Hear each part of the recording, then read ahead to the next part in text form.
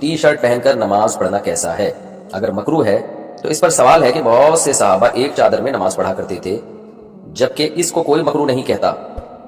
باحوالہ جواب مطلوب ہے۔ اچھا بھائی، دیکھیں نبی صلی اللہ علیہ وسلم کے دور میں،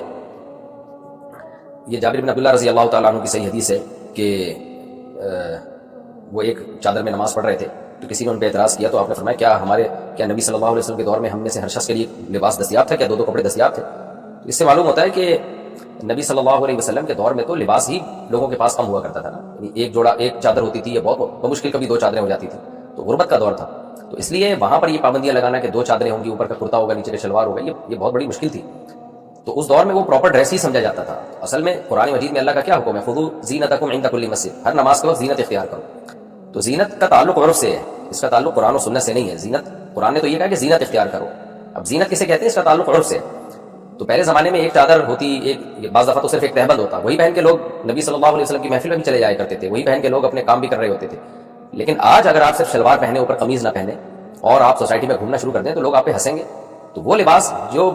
پہن کے آپ عام مجمع میں نہیں جا سکتے، وہ لباس پہن کے اللہ کے سامنے کھڑے ہونا بھی بے ادبی ہے۔ اب اس میں قرآن و حدیث کا حوالہ طلب کرنا کہ نہیں جی یہ حدیث دکھاؤ کہ پراپر کرتے میں ہی نماز پڑھنی ہے، تو یہ مطالبہ ہی غلط ہے۔ اب یہ تو دکھا سکتے ہیں کہ صحابہ نے اس دور میں اس لباس میں نماز پڑھی ہے جو اس دور میں رائج تھا، تو ہمیں پتہ چلتا ہے کہ نماز اسی لباس میں پڑھنی چاہیے جو سوٹیبل لباس ہو، جو پراپر ڈریس ہو، جسے پہن کے آپ کسی مجلس میں جاتے ہوئے شرماتے نہیں۔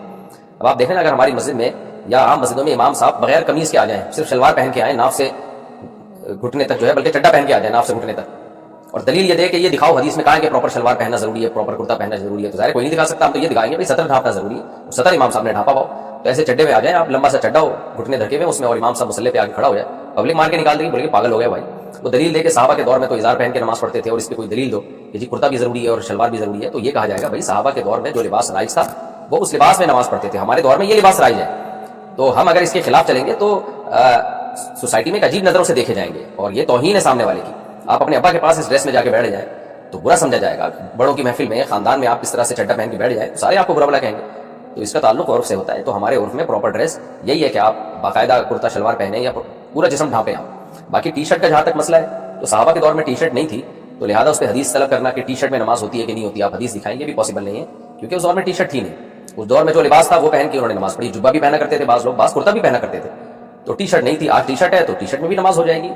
تو اگر اس میں کوئی یہ کہے کہ یہ ناجائز ہے تو ناجائز ہونے کی دلیل ہمیں چاہیے، جائز ہونے کی دلیل نہیں چاہیے۔ ہاں کوئی ناجائز، جیسے ناجائز کیا ہے شلوار یا ازار یا کوئی بھی ٹخنوں سے نیچے ہو مرد کے لیے، اس کے ناجائز ہونے کی دلیل ہے صحیح بخاری صحیح مسلم کی حدیث، نبی صلی اللہ علیہ وسلم نے فرمایا